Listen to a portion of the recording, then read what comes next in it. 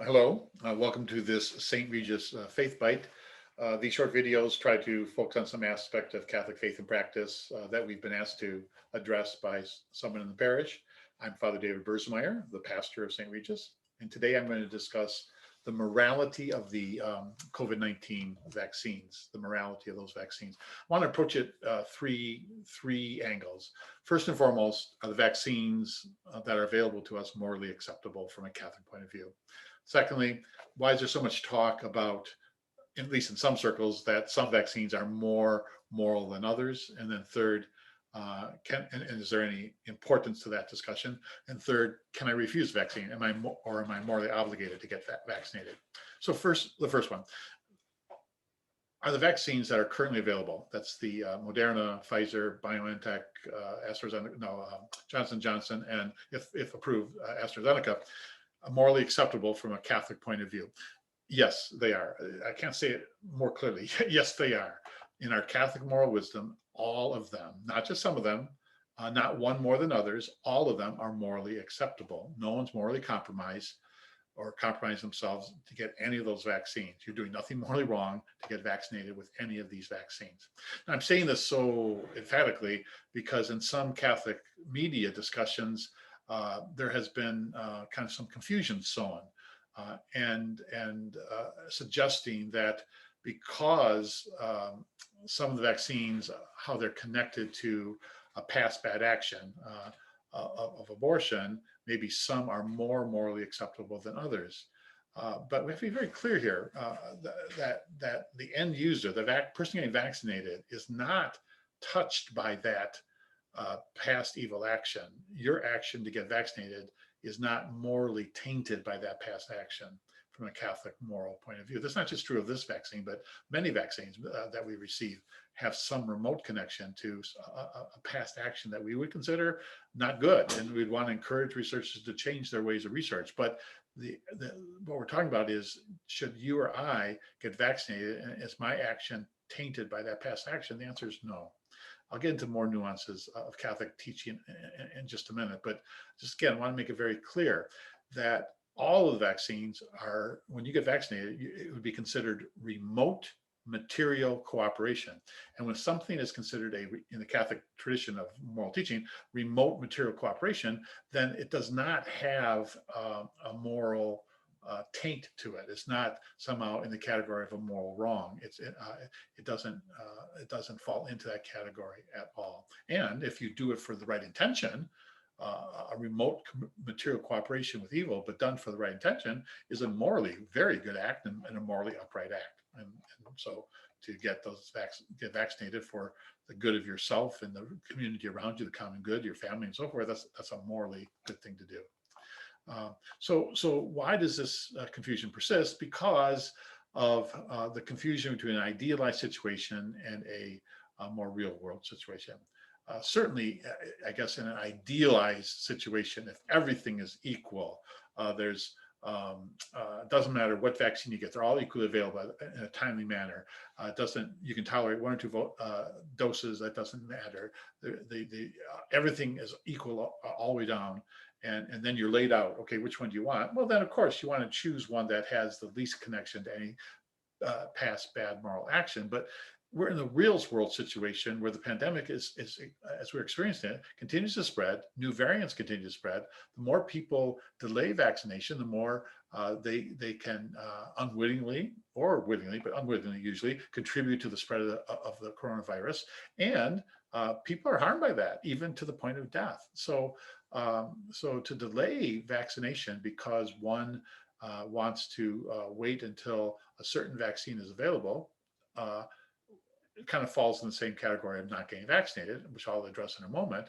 But for those who want to get vaccinated, and if the only one available is any of those, it's morally acceptable and upright to get vaccinated. Now, the tradition, when analyzing some connection to a morally bad action, the Church's moral tradition developed this distinction between formal cooperation and material cooperation in the evil act. And then within material cooperation, a further distinction between immediate material cooperation and remote material cooperation. So formal cooperation is a situation where we directly approve of and aid in that morally evil act. Our intention aligns with the one who's doing that action, and our actions help that action. A nurse or an anesthetist who assists at a direct abortion and who concurs, they think it's a good thing that they're doing, would, even though they aren't the surgeon, they are formally cooperating in a morally evil act. Such formal cooperation is objectively morally wrong. But what about a nurse or anesthetist who does not approve of the abortion, but they have a job that they have to keep and they feel they need to do it to keep a job for their family's sake? Or a good friend of a person who tries to persuade them not to get an abortion and shows them that there's other means available, but because of the friendship feel they need to accompany the person to the clinic. Or the legislator who in a pluralistic society, though they personally disapprove of abortion, think it's morally wrong, vote for a bill that allows for some type of restricted abortion situations. Or the judge who might be personally against abortion and think it's a moral evil, but who makes his ruling or her ruling based on the law of the land that allows for some legalized abortions. Or the taxpayer who disapproves of direct abortion, but knows that a portion, even if it's a very, very small percentage of their taxes, goes to support the infrastructure that allows for some abortions. Or the employee and employers who know that some of their healthcare coverage costs will go for elective abortions, and yet they continue to receive that coverage themselves. There's so many different kind of situations, but clearly on all these, there was no formal cooperation because they all disapproved of abortion. But on the level of material cooperation, there's a vast difference. That's why the church's tradition developed that kind of distinction between immediate and remote material cooperation, and suggesting that when it's more and more immediate cooperation, and again, there's no manual that you can consult that says, here's the line where it's drawn, and here are the list of actions, and this will, you kind of look it up and say, now I know whether it's remote or immediate. No, it's a discernment of conscience, a discernment of the spirit. Like any moral action, you have to kind of discern one's intention and freedom and situation and so forth. So there's no moral man that can do that. But to the extent that one realizes, oh, I'm getting awfully close and immediate to the situation, then the gravity of that cooperation increases. The more remote, the gravity lessens. And then if it's deemed truly, an action is deemed as remote material cooperation, which is getting a vaccine, it has been deemed to be remote material cooperation. There is no moral evil, wrong attached to that action of getting a vaccine because of the remoteness of the cooperation.